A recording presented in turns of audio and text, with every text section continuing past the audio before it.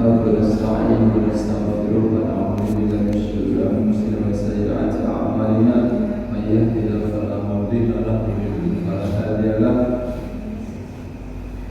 Bapak Ibu Hadirin, sekarang kita memasuki hadis yang ke-23 dari hadis Al-Arba'iyah.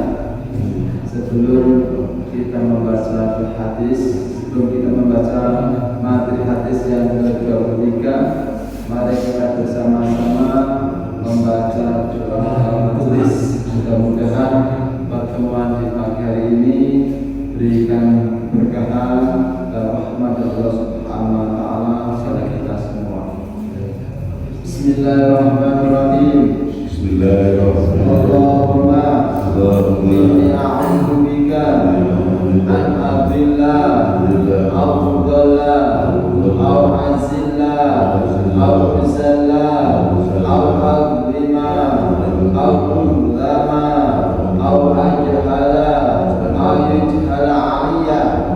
Rabbi zidni ilma wa wasi'ni fi rizqi wa barik li fima razaqtani waj'alni mahbuban fi qulubi ibadik wa azizan fi uyunihim waj'alni wajihan fid dunya wal akhirah wa minal muqarrabin.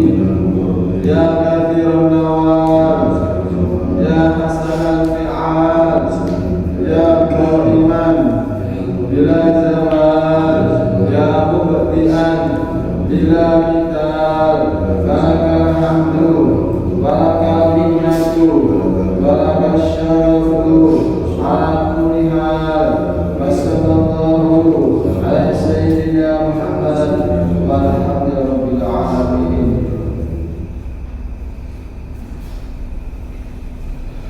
Selanjutnya mari kita baca bersama-sama hadis yang ke-23 untuk mendapat keberkahan dari kalamnya baginda Rasulullah.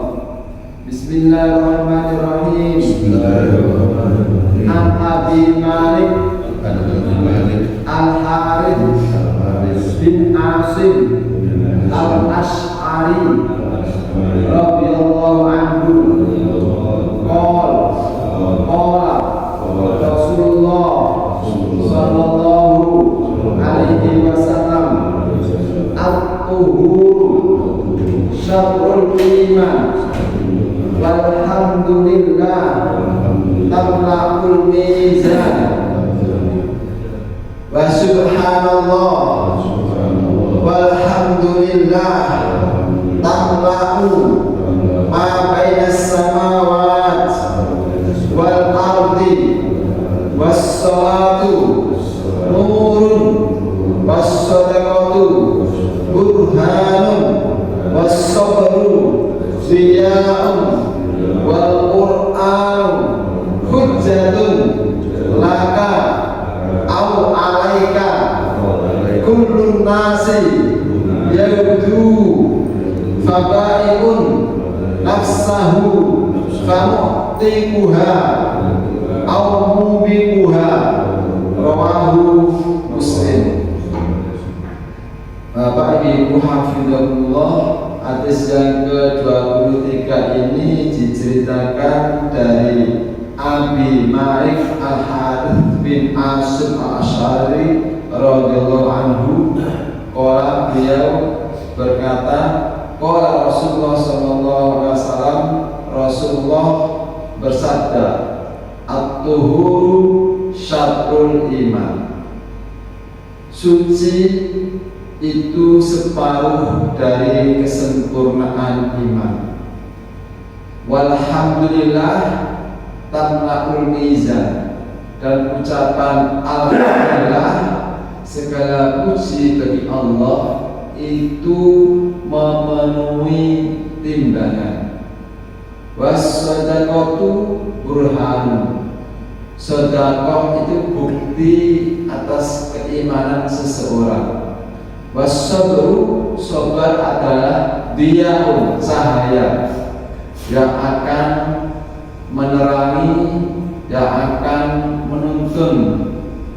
seseorang untuk berada pada jalan kebaikan di dunia, apalagi nanti di akhirat. Wal Quran hujjah laka. Al-Quran adalah hujjah, dalil yang bermanfaat bagi kalian semua. Al-Alaika, atau Al-Quran juga menjadi hujjah, bukti akan membinasakan kalian, maldor bagi kalian. Kulun nas, yaitu setiap manusia di pagi hari abayun, seolah-olah dia menjual nafsahu, dirinya, famuktibuha, kemudian dia bisa memerdekakan, membebaskan dirinya dari azab Allah, aubibuha, atau dia bahkan akan menjadi binasa atau keburukan bagi dia, karena seseorang di pagi hari tidak bisa menjalankan perintahnya Allah, keluar pagi hari sudah bermaksiat, sehingga akan memberikan keburukan dan azab bagi seseorang tersebut. Baik Bapak Ibu hafizatullah, isi dari hadis yang ke-23 ini tentang kesucian. At-tuhuru syatrul iman, suci adalah separuh dari kesempurnaan iman. Bahwa bersesuci itu ada dua macam. Yang pertama, menurut Imam Al-Ghazali, bersesuci dari hal-hal batin, bersesuci dari penyakit hati, entah itu penyakit sombong, riya, iri, dan lain sebagainya. Ketika seseorang sudah mensucikan hatinya, mensucikan anggota batinnya, maka dia sudah membersihkan, sudah termasuk bagian dari kesempurnaan iman. Karena iman, orang yang bisa melaksanakan perintah-perintah Allah berarti menunjukkan dia itu mempunyai keimanan yang kuat. Padahal penyakit-penyakit hati itu perlu dihilangkan. Ketika sudah membersihkan, menghilangkan penyakit hati, maka dia sudah termasuk memiliki kesempurnaan iman. Separuh dari keimanannya sudah terlaksana. Kemudian makna at-tuhur yang kedua adalah bersesuci dari hadas maupun najis. Kalau hadas contohnya adalah berwudu. Ketika seorang sudah berwudu, maka dia akan mendapatkan bermacam-macam banyak pahala. Contoh saja berwudu, itu banyak hadis-hadis yang menerangkan ketika seseorang sudah berwudu, maka semua dosa-dosanya akan keluar dari jasadnya, dari badannya. Ketika dia membasuh kedua tangannya, maka dosa-dosanya akan keluar dari kuku jari-jarinya. Ketika seorang berwudu mengusap kepalanya, maka akan keluar kotoran dosa-dosa dari rambut kepalanya. ketika seorang berwudu menyempurnakan wudunya, membasuh kedua kakinya, maka dosa-dosanya akan keluar dari jari-jari tubuhnya. Sehingga ketika seseorang sudah melaksanakan wudu, berarti dosa-dosanya akan hilang, dosa-dosa kecilnya. Ketika dosa-dosanya sudah hilang, maka itu bagian dari separuh keimanan seseorang, sudah bisa menyempurnakan kesempurnaan iman. Allah Subhanahu wa ta'ala berfirman, innallaha yuhibbut tawwabina wa yuhibbul mutatahhirin. Sesungguhnya Allah itu menyenangi orang-orang yang bertaubat dan menyenangi orang-orang yang suci, orang yang bersesuci dari hadas, bersesuci dari najis. Ada kalam hikmah makalah yang banyak tertulis di dinding-dinding sekolahan atau an-nadhafatu minal iman. Kebersihan itu sebagian dari iman. Itu sebenarnya bukan hadis, akan tetapi kalam hikmah. Artinya sama, tapi lafadznya berbeda. An-nadhafatu minal iman. Kebersihan adalah bagian dari iman. At-tuhuru syatrul iman. At-tuhuru syatrul iman. Suci adalah separuh dari kesempurnaan iman. Sehingga ketika kita berwudu, hendaknya kita ketika berwudu menyempurnakan wudu kita, memperbaiki wudu kita.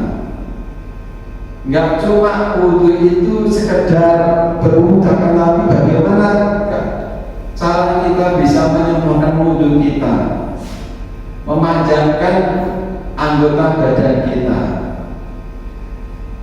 Dalam hadis Rasulullah Shallallahu Alaihi Wasallam bersabda, man tawaddo'a fa ahsanal wudu'a kharajat khotoyahu min jasadihi. Barang siapa yang berwudu kemudian memperbaiki wudunya, kalau membasuh tangan maka hendaknya sampai tidak cuma dicelupkan, akan tapi digosok-gosok lengannya, nggak cuma dibasuh, akan tapi digosok-gosok sampai di atas siku. Ketika membasuh kepalanya, maka yang baik adalah membasuh semua kepalanya, nggak cuma ujung di bon-bonan saja, meskipun sah. Akan tapi Rasul mengajar pada kita semua hendaknya memperbaiki cara wudunya, menyempurnakan cara-cara wudunya.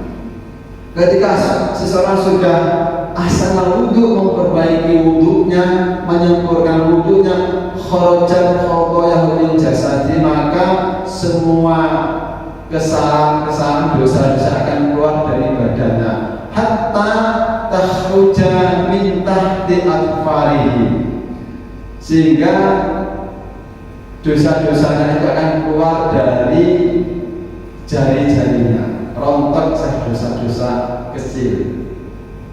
Dan juga Rasulullah ketika seorang ada anjuran seperti itu, paman istato'a ayudilaminku, ketika seorang ada anjuran seperti itu, maka kita melaksanakan, berupaya agar bisa memperbaiki wudu kita. Dan juga Rasulullah juga bersabda, inna ummati yad'una yawmal qiyamah ghurran muhajjirin min atharil wudu. Sesungguhnya umatku besok di hari kiamat akan dipanggil dalam keadaan wajahnya mencorong, min atharil wudu, dari bekas wudunya. Kok besok hari kiamat di padang mahsyar ada sekelompok orang yang wajahnya bersinar-sinar, kedua semua anggota badannya bersinar, anggota wudunya bersinar. Itulah tanda-tanda orang-orang yang ketika berwudu itu memperbaiki wudunya. Mukanya bersinar, kepala bersinar, kakinya bersinar, anggota wudunya semua bersinar. Itu tanda-tanda besok hari kiamat, tanda-tanda orang yang wudunya baik. Faman istata'a ayyutila minkum ghurratahu falyaf'al. Jika seseorang mampu untuk menyempurnakan, memanjangkan basuhan wudunya, maka laksanakanlah. Ya, ketika kita membasuh kepala tidak cuma ujung bon-bonan sesakan, tapi hendaknya semuanya. Semua kepala diusap, meskipun nggak dibasahi semua, nggak disemprot, cuma telapak tangan kita mengambil air kemudian diusapkan dari muka ke belakang, nggak harus basah guyuh, nggak apa-apa. Yang termasuk membasuh, menyempurnakan basuhan kepala. At-tuhuru syatrul iman. Kemudian isi hadis yang kedua adalah walhamdulillah tamla'ul mizan. Membaca alhamdulillah itu memenuhi tindakan. Berarti isi yang kedua anjuran dari hadis adalah untuk memperbanyak berzikir kepada Allah dengan mengucapkan alhamdulillah. Alhamdulillah segala puji bagi Allah.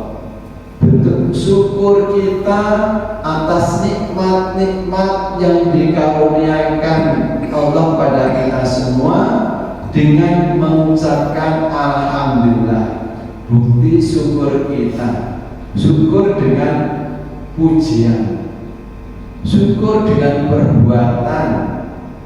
Kamu dapat rezeki banyak, syukurnya alhamdulillah, dan juga bersedekah. Contoh syukur perbuatan.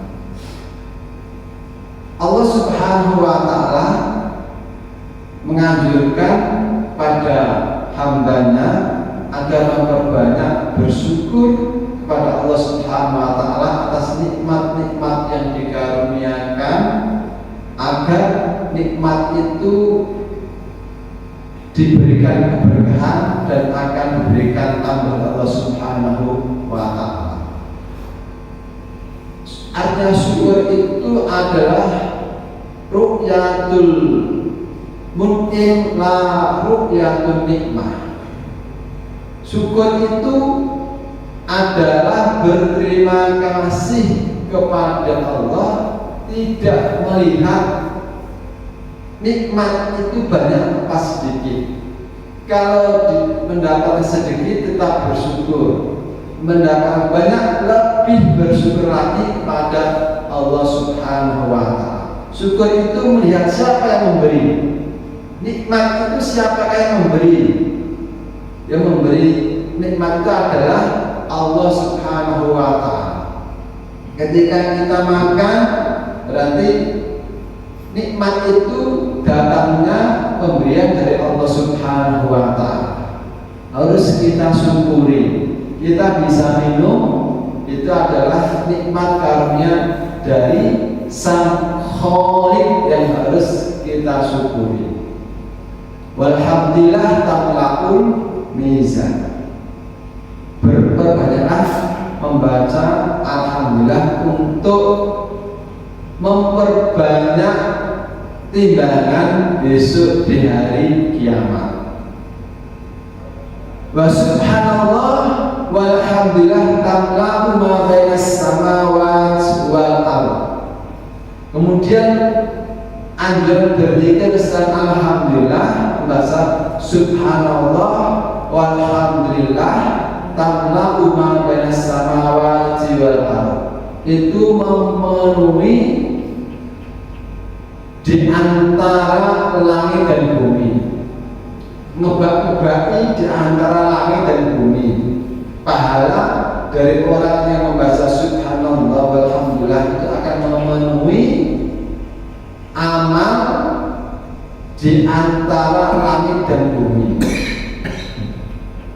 Langit itu luas sekali, lebar sekali, bumi luas sekali. Itu dengan kita memperbanyak membaca subhanallah alhamdulillah, maka amal kita banyaknya seperti di antara langit dan bumi.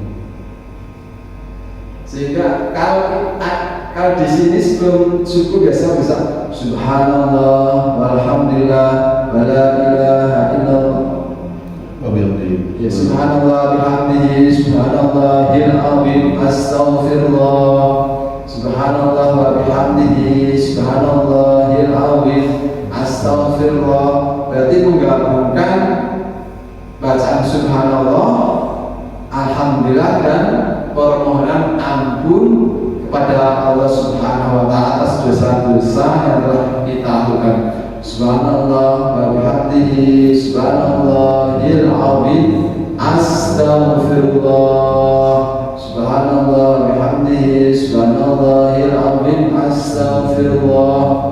Itu di antara faedahnya, di samping itu dua kalimat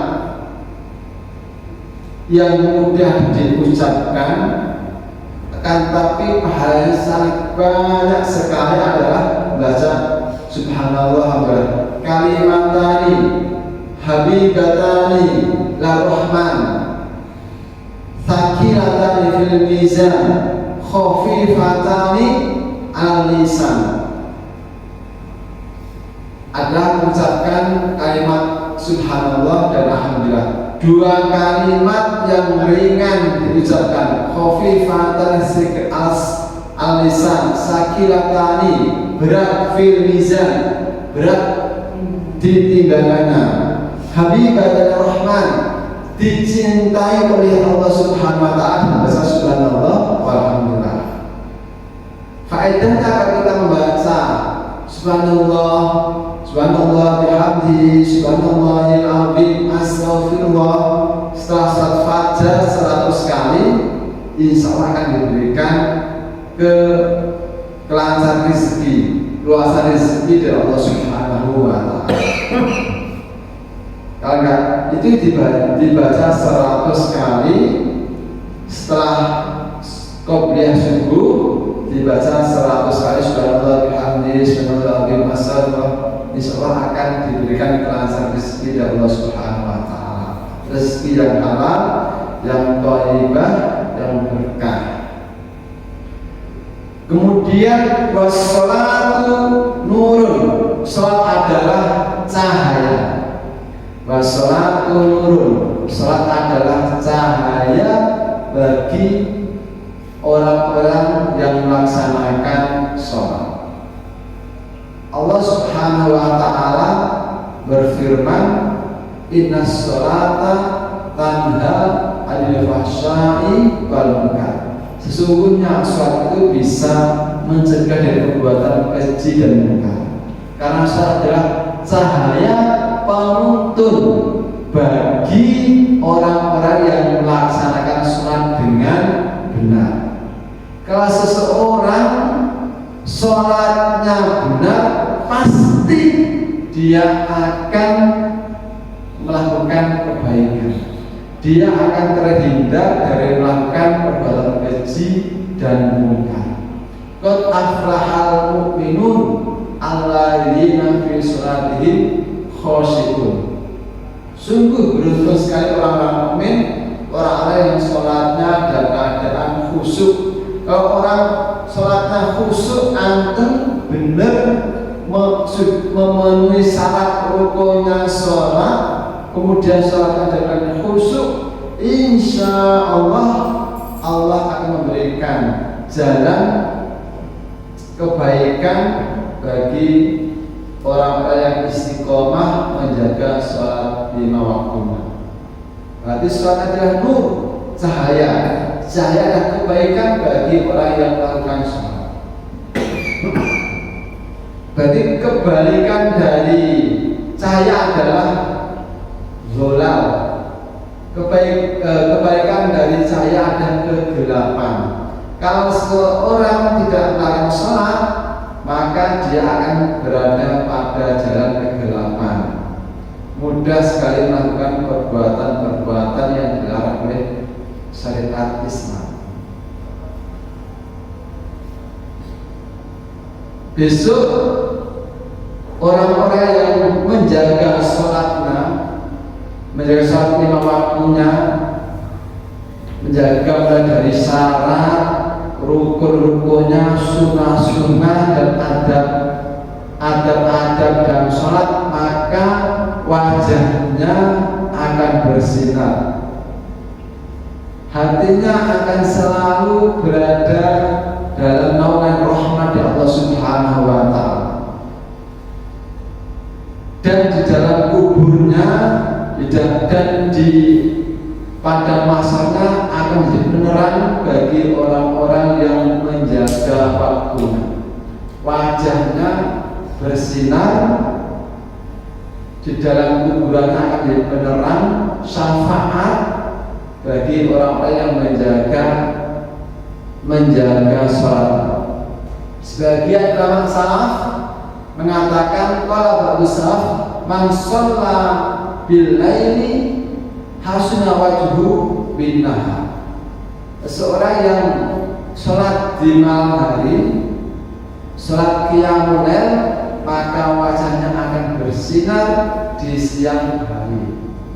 Ini anjuran kita untuk melakukan sholat qiyamul lail, sholat tahajud atau sholat hajat di malam hari, maka di siang harinya wajahnya akan selalu bersinar-sinar, indah dipandang, sejuk ketika dipandang.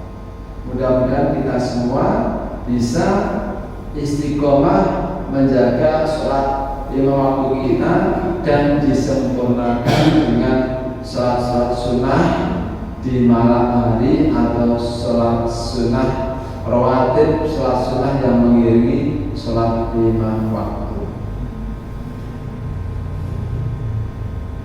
Ada juga hadis yang mengatakan keutamaan dari orang-orang yang menjaga sholatnya.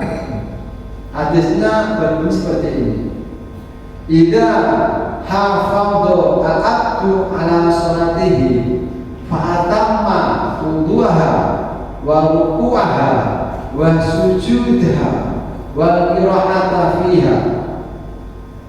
Ketika seorang hamba menjaga sholatnya, fa'atamma wudu'aha, kemudian dia menyempurnakan wudunya, wa ruku'aha, wudunya disempurnakan, warukuha, dan menyempurnakan rukuk sholatnya, wasujudah, dan sujudnya, wal qiraah, dan bacaan-bacaan sholat, mulai dari rukunnya, bacaan qolinya jelas, tidak jelas, membaca Fatihahnya jelas, membaca rukun qoli yang lainnya jelas. Qalat lahu hafadhakallah kama hafadhatni, maka Allah akan menjaga kamu sebagaimana Allah kama hafadhatni, sebagaimana sholat menjaga aku. Fayus itu biasa walaha nurun, kemudian seseorang tersebut dengan sholat tersebut akan dinaikkan ke dalam langit, dan dengan sholat tersebut akan menjadi cahaya bagi orang-orang yang melakukan sholat dengan cara dijaga hatta Allah sampai pada Allah Subhanahu wa taala. Intinya begini, ketika seorang sudah bisa menjaga sholatnya dari wudunya, syarat sah sholatnya, maka akan menjaga dia, membimbing dia, dan wajahnya akan bersinar dan pahalanya akan menjadi pahalanya banyak sehingga akan sampai pada Allah Subhanahu wa taala. Dan saya anjurkan sekali ketika kita melakukan sholat 5 waktu itu hendaknya dilaksanakan secara berjamaah, entah itu di musola, apalagi di masjid, kalau nggak bisa di rumah bersama keluarga. Man shalla as-shalawatul khams, man shalla shalawatul khamsi fi jama'atin zazal sirakal barqil lami fi awalin zumratis sabiqin. Seseorang yang melaksanakan sholat 5 waktu secara berjamaah, maka besok di hari kiamat ketika melewati waktu siratal mustaqim seperti kilat yang menyambar, dan dia berada pada golongan orang-orang pertama yang masuk ke surganya Allah melewati waktu siratal mustaqim laksana kilat yang menyambar. Padahal waktu siratal mustaqim itu panjangnya dipisahkan kalau seandainya berjalan itu beratus-ratus tahun. Tapi dengan hikmah orang yang menjaga sholat 5 waktunya secara berjamaah, maka cepatnya laksana kilat yang menyambar. Satu ke depan sudah sampai ke surga. Mudah-mudahan kita semua bisa seperti itu. Dan wajahnya dari kiamat itu seperti wajah bulan purnama, wajah yang kiamah wajhu kal qamar lailatal badr. Kemudian juga ada motivasi pada kita semua, motivasi bahwa sholat itu adalah cahaya. Itu juga menjadikan cahaya bagi orang-orang yang suka melaksanakan sholat berjamaah di masjid maupun di musola.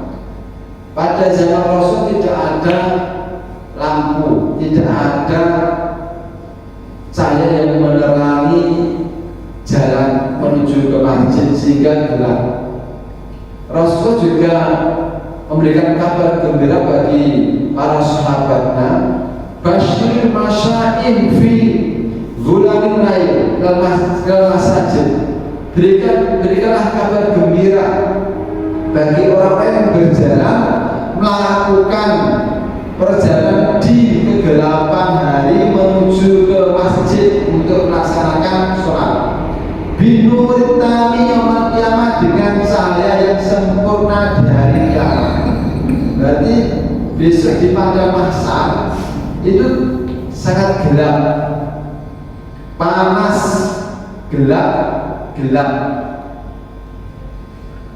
maka akan jadi penuntun bagi orang-orang yang melakukan sholat berjamaah di masjid.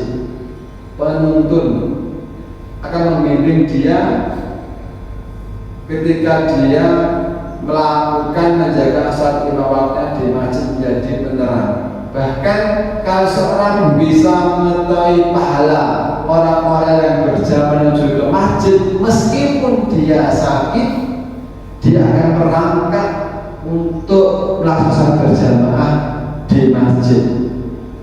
Seperti cerita sahabat Sa'ban, ada tiga penyesalan pada saat sakaratul maut. Sahabat Sa'ban begini, pada saat sakaratul maut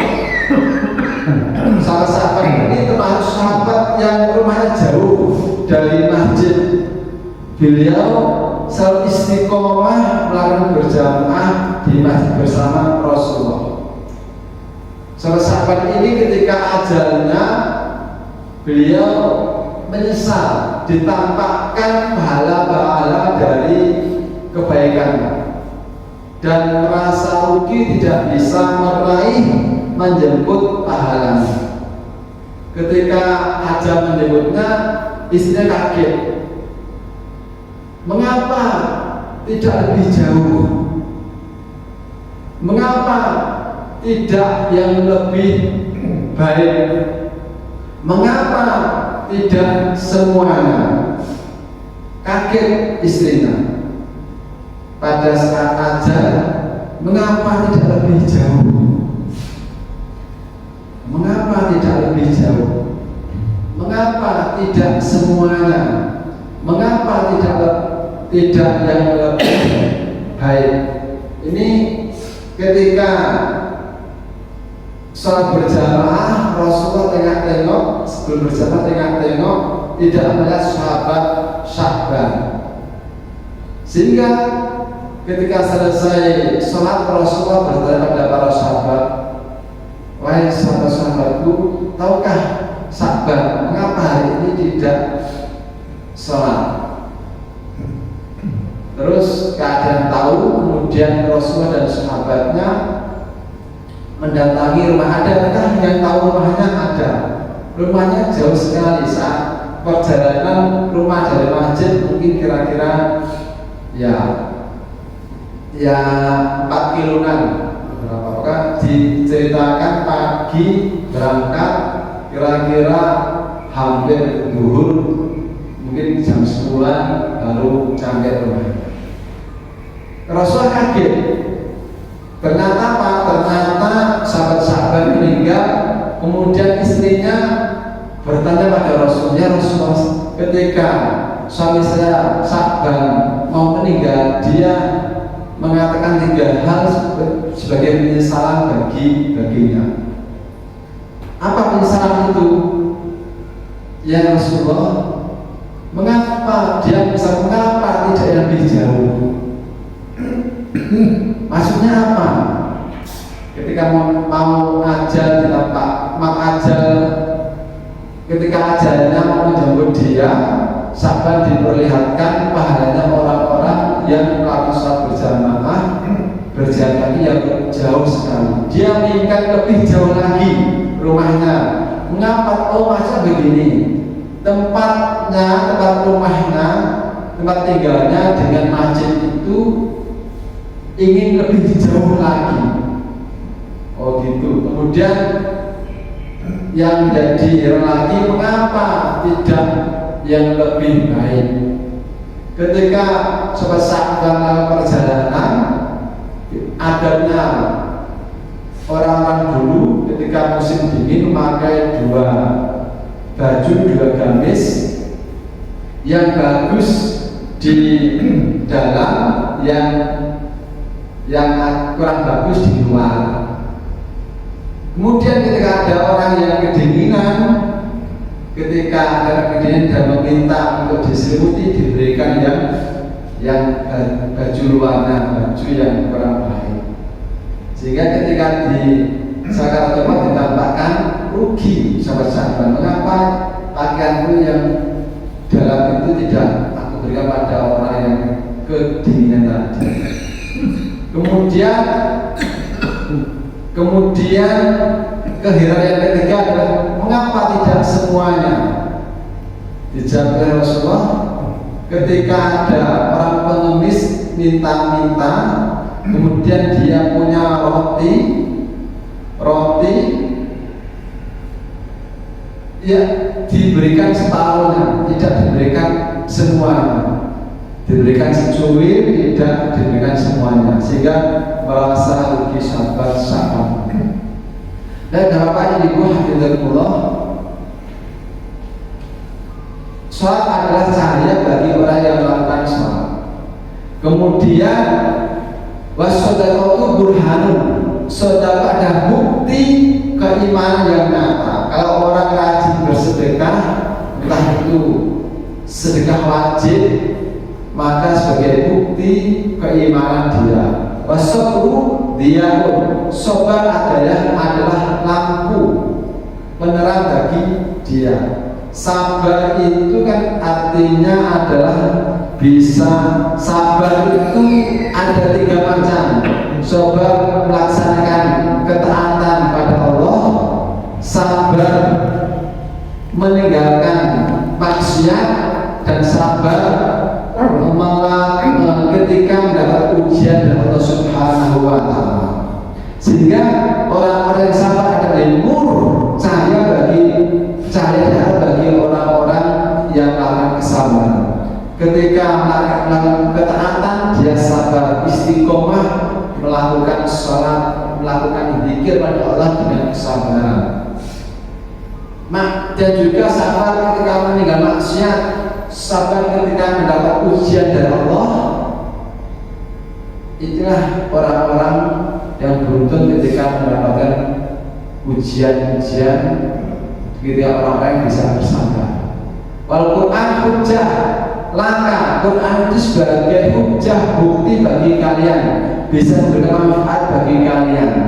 Tidak cuma Quran itu sebagai hiasan di bibir, akan tapi sebagai hiasan di hati, dibaca dan diamalkan. Kalau cuma dibaca saja, akan pengamalan yang kurang, maka ya juga kurang bermanfaat. Wal Quran alaika, hujjah alaika, Quran itu bisa dihujjah, memberikan keburukan, memberikan malbur bagi kalian. Bahkan Rasul mengingatkan Quran itu bisa memberikan laknat pada kalian semua. Quran juga sombong-sombongan. Quran tidak jadikan hiasan hati, cuma sebagai sombong-sombongan. Aku dipamer-pamerkan, maka akan melaknat bagi orang yang membaca Quran. Membacanya kurang baik, itu juga bisa memberikan keburukan bagi dia. Kulun nas yaudu, setiap manusia di pagi hari fabadu nafsahu famutiha, akan di pagi hari seolah dia menjual dirinya. Famutiha, apakah dia nanti selamat, apakah dia nanti terbebas dari adab Allah, tergantung dia. Kalau dia di pagi hari sudah bisa melaksanakan ketaatan pada Allah, maka dia akan terbebas dari adab Allah. Atau bisa membinasakan dia. Di pagi hari keluar dari rumah sudah melakukan keburukan, maka akan mendapatkan dosa dari Allah Subhanahu wa Ta'ala. Tergantung kita, apakah kita bisa menjaga diri kita, maka semua diserahkan pada diri masing-masing. Mudah-mudahan kita semua mendapatkan bimbingan dari Allah Subhanahu wa Ta'ala, keluar dari rumah di pagi hari sudah bisa melaksanakan kebaikan sampai malam hari, dan di pagi hari lagi juga sudah bisa istiqomah melakukan kebaikan dan mendapatkan rahmat nabi Allah Subhanahu wa Ta'ala. Amin ya rabbal alamin. Mari kita tutup bersama-sama dengan kata-kata majlis. Subhanallah wa bihamdihi, asyhadu an la